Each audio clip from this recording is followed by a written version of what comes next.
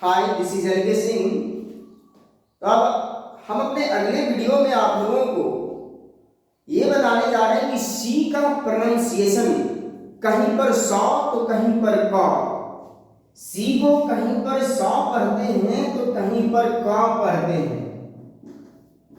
इस कंफ्यूजन को हम दूर करने का प्रयास करेंगे। सी अगर किसी वर्ड में है तो उसका उच्चारण कहां पर क होगा और कहां पर स होगा, उसका कुछ नियम है। जो नियम को आपको मन में रखना है, ध्यान में रखना है, और कभी भी आप इसको मिस्टेक नहीं कर पाइएगा, कभी भी आप इसको भूल नहीं पाइएगा। जहां भी देखिएगा आराम से आप प्रोनाउंसिएशन कर सकते हैं। तो सी समटाइम्स प्रोनाउंस्ड स, while sometimes it is pronounced ka.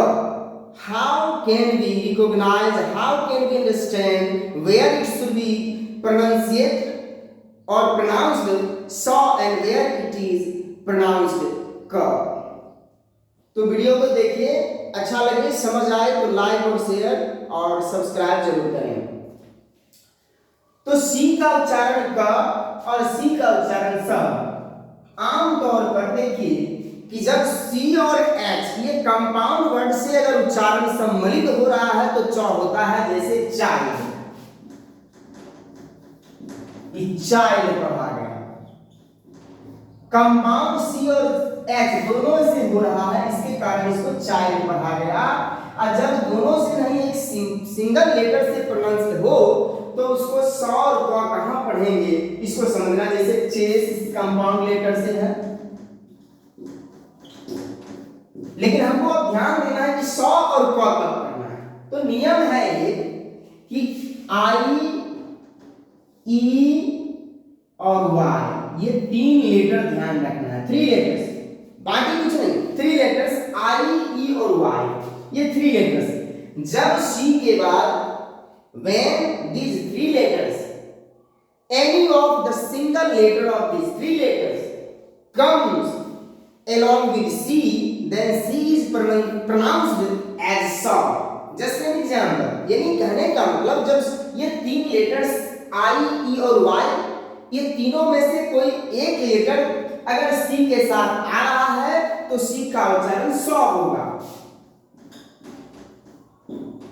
और इसके अलावे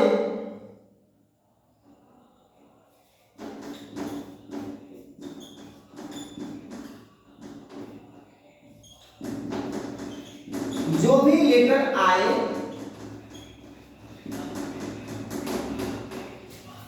तो सी का उच्चारण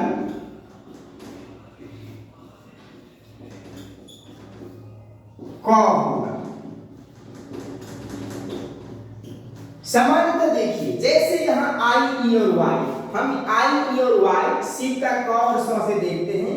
सी I T Y, C T, स उच्चारण हो रहा है सी का। सी आई टी वाई, आई आया, इसमें से एक लेटर आई आया है, इसलिए सी का प्रोनाउंसिएशन स हो गया, इसलिए इसको हम सी टी पढ़ेंगे। C E M, T E R या टी आर ई कुछ भी दे सकते हैं, इसका भी उच्चारण स हो गया। देखिए ई आया, सी के बाद क्या आया है, ई आया। सेंटर, सी वाई, सी एल ई, यहां देखिए सी के बाद वाई आया है, इसलिए सी का उच्चारण सा, साइकिल। लेकिन यहां देखिए सी के बाद न आई है, न ई है, न वाई है, इसलिए इसका उच्चारण क यहां हो रहा है। एक जगह क हो रहा है उच्चारण और एक जगह स हो रहा है उच्चारण। कारण क्या? तो हम नियम बताए, जब सी के बाद आई, ई या वाई आए तो सी का उच्चारण आमतौर पर हमें स लगाना है। हाँ, जब सी के बाद आई, ई या वाई छोड़कर दूसरा कोई लेटर आता है तो सी का उच्चारण हमेशा क ही होता है।